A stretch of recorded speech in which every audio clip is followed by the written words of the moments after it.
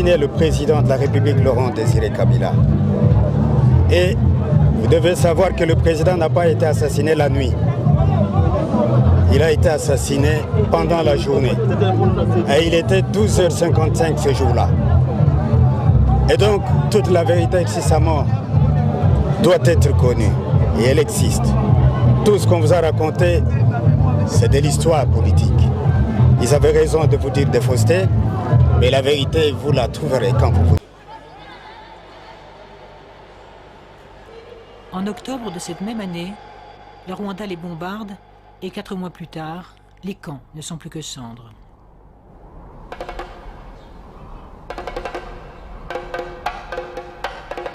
La guerre de libération qui a entraîné la chute du président Mobutu trouve en grande partie son origine dans la menace que constituaient pour le Rwanda voisin les Interahamwe, ces milices hutus rwandaises, et les anciens soldats de l'armée régulière, appelés phares, qui d'ici attaquaient le Rwanda.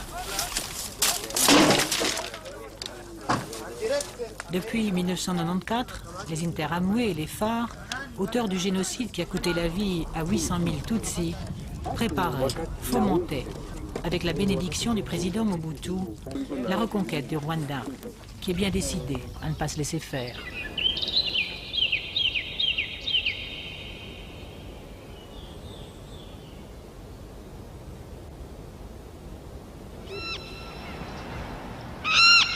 Pour les en empêcher, en octobre 1996, le Rwanda et l'Ouganda ont mis en selle l'AFDL, l'Alliance pour la libération des forces démocratiques du Congo-Zaïre. Une rébellion anti-Mobutu qui fera de Goma sa première capitale. Dans la première zone libérée du pays, un espoir prudent s'installe du jour au lendemain. Un certain Kabila tient la vedette et donne à l'Alliance son image congolaise.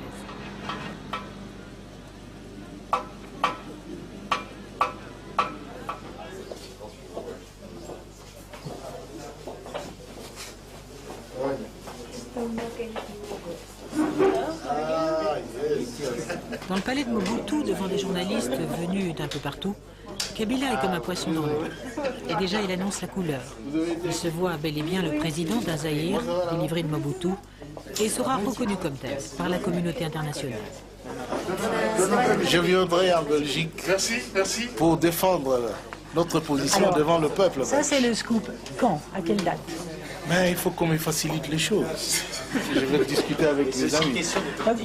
Vous sollicitez une invitation, là? Kabila est depuis les années 60 un chef de maquis marxiste. Rare opposant à avoir toujours refusé les offres de Mobutu, quelles qu'en soient les séductions financières et politiques. À ses côtés, le commandant Massassou, un homme discret que personne n'interroge, mais qui est pourtant le chef d'état-major de l'Alliance. Un militaire, au départ légal de Kabila. Déjà, un des 4 fondateurs vient d'être assassiné, avec son accord. Massassou ne sait pas qu'il est voué au même sort. L'heure est au bonheur de l'avance militaire. Monsieur le Président, les forces de l'Alliance comprendront 4300 hommes de plus le 18 mars. Est-ce que vous pouvez nous dire actuellement de combien d'hommes vous disposez en tout Nous avons encore un travail devant nous, je crois. Le nombre de soldats que nous avons n'intéresse que l'ennemi. Alors puis-je leur donner l'occasion de savoir combien nous avons? Dans le Kivu, Anselme Massassou est chargé de l'enrôlement des Katogo, petits soldats en Swahili. Et des milliers de gamins vont quitter l'école pour libérer Kinshasa.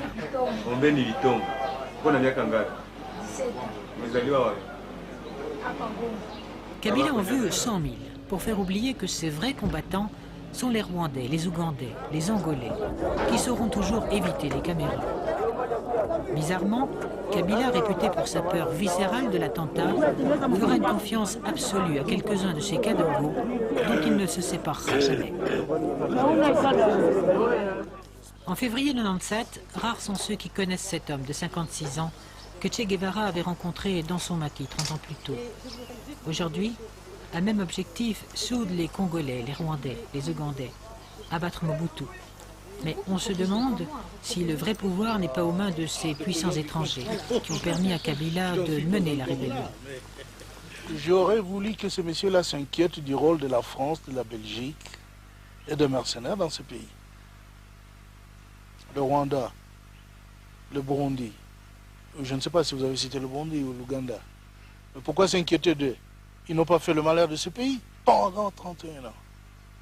Qui ont fait le malheur de ce pays?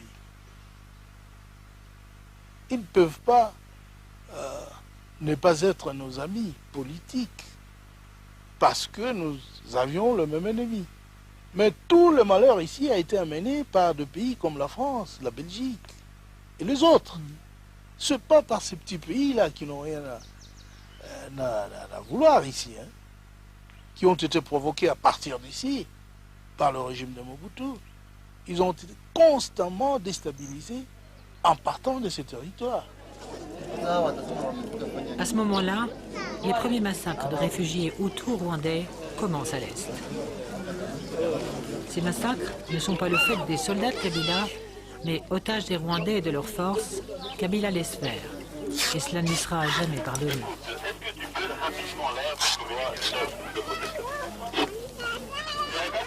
Ici, il y a trop de morts, donc les gens qui viennent chercher à manger, on les tue comme ça. Et puis, on ne comprend pas comment on les tue. Qui les tue? Les militaires rwandais, les Tutsis. Les Tutsis, ce sont les Batus de Kagame qui viennent.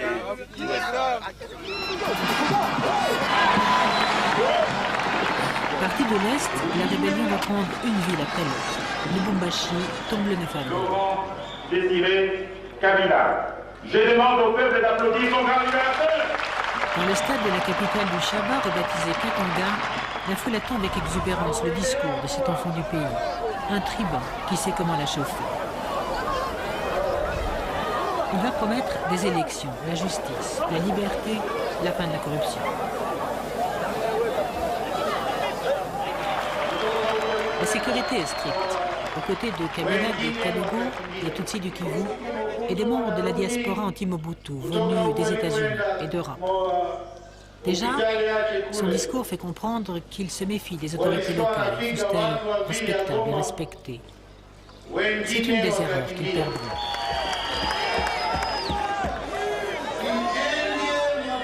Il a mal débuté sa campagne, donc il fallait associer les gens du MPR qui ont bien travaillé dans le MPR. Prenons l'exemple du maire, le maire de la ville de Lubumbashi. Il a bien travaillé, ça on est d'accord pour tout le monde, donc il faut le garder. Parce que maintenant il nous amène des gens qu'on ne connaît même pas. Comment est-ce que nous allons les accepter? Parce que plus tard ça sera parfois une folie de grandeur. C'est ça mon idée maîtresse. Kabila ne perd pas de temps. Il faut financer la guerre. À peine arrivé à Lubumbashi, il signe un contrat d'1 milliard de dollars avec une firme canadienne, American Mineral Field, qui croit réaliser ce jour-là l'affaire du siècle. Elle s'engage à retaper la mine de cuivre de Kipushi. Mais Kabila, devenu président, reniera sa signature, sans état d'âme apparent. Le gouverneur fraîchement nommé de la province, cousin de Kabila, mais plus liégeois que katangais, profite de la solennité du moment pour donner une leçon de morale kabiliste. L'heure des corrompus, de tous ceux qui ont bousillé l'économie est révolue. Congo is open for business. Pendant que l'Alliance continue son avance vers la capitale zaïroise, les diplomates s'affairent pour éviter un Vinci. Après plusieurs tentatives avortées, Laurent Désiré Kabila va consentir à rencontrer le président Mobutu sur un bateau sud-africain au large de Pointe-Noire. Kabila se fera attendre longtemps, très longtemps. Le vieux président est très malade, rongé par le cancer, les abandons et l'humiliation d'une défaite annoncée. Cinglé par l'affront que lui inflige Kabila, Mandela, hôte de l'entrevue, ne pardonne pas à un homme qui s'est fait ce jour-là un nouveau lot d'ennemis. Kabila en réalité gagne du temps, car chaque heure qui passe rapproche ses hommes de Kinshasa. Le 16 mai, la DSP de Mobutu s'en va. La ville tombe le 17 mai. Les soldats de Mobutu rendent leurs armes sans résistance.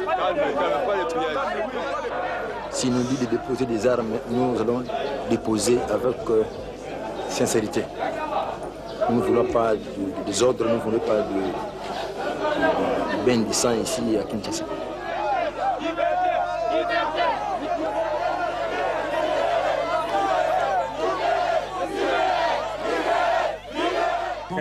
La joie immense. On était des esclaves, maintenant nous sommes libérés. Les premiers arrivés dans Kinshasa ont été des Kadogo éberlués, qui ne comprenaient même pas la langue de la ville. Il y aura beaucoup moins de morts qu'on ne pouvait le craindre. Le jour de la libération, les Kinois espéraient voir leur président, mais il est toujours à Lubumbashi. Les constitutionnalistes ont préparé un discours qu'il lira à la télévision. Et Kabila va sidérer tout le monde en